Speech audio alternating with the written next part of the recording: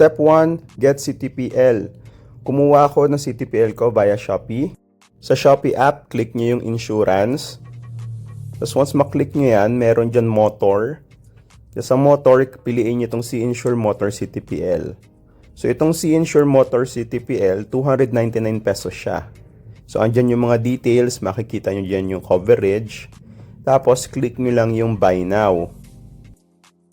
Pag click nyo ng Buy Now, i-upload nyo lang yung mga details kagaya ng license plate at yung kopya ng inyong CR. Hindi na kailangan yung OR.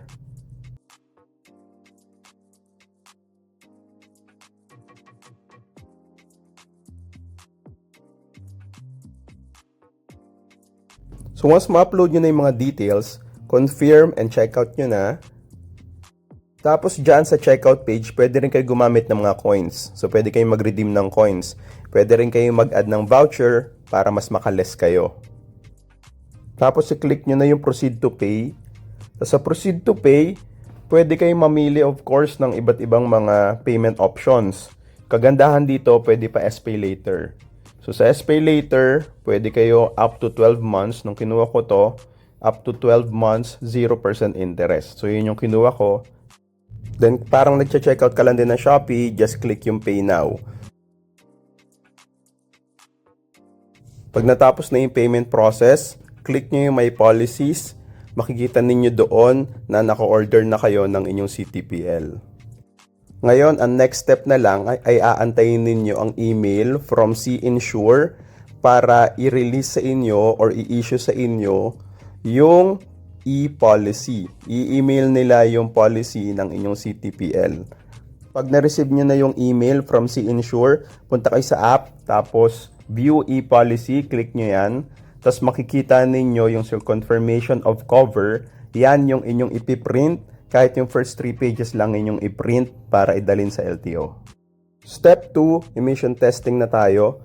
So since taga Binyan, Laguna ako, dito ako pumunta sa Jillian Emission Center. Along Kanlalay lang ito. Dito lang tumalapit sa LTO. So isa ito sa mga pinakamurang emission testing center dito sa Binyan. So kung dito kayo sa bandang area, I suggest dito kayo magpa-emission. Tapat lang sila ng Caltex sa highway. Pagdating nyo doon, iabot nyo lang yung mga details ninyo doon sa kanilang nag-a-assist. Tapos, i-aasikasuhin na nila kayo. Itetest na inyong sasakyan for emission. So, dapat i-start yung inyong sasakyan. Ilalagay yung parang aparato para i-test or i-run yung emission testing. So, ayun yung presyo.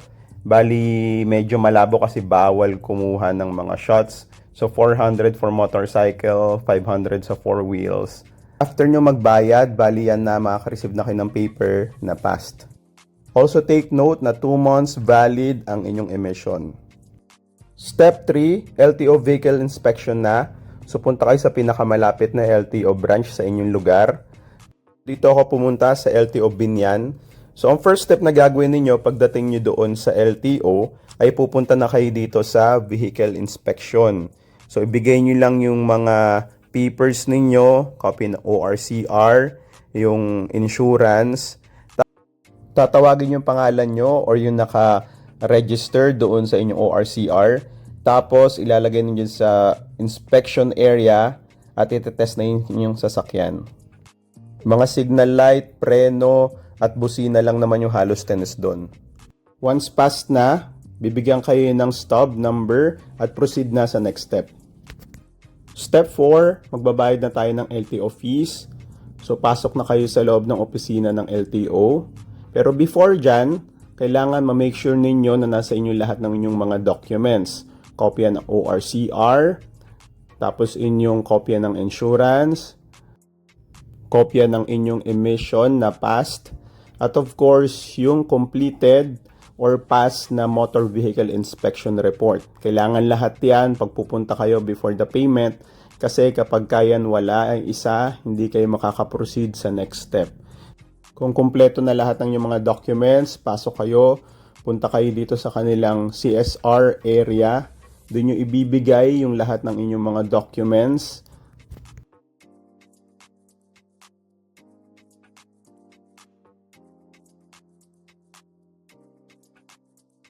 I-check nila yung lahat ng inyong mga papers kung kompleto bago kayo bigyan nila ng number. So itong number na ito yung gagamitin or aantayin tawagin bago kayo magbayad sa LTO.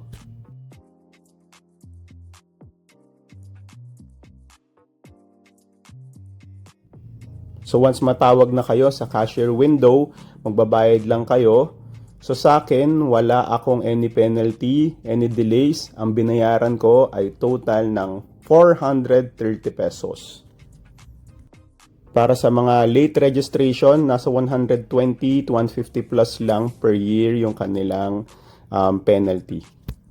Suma total, itong lahat ng nagastos ko.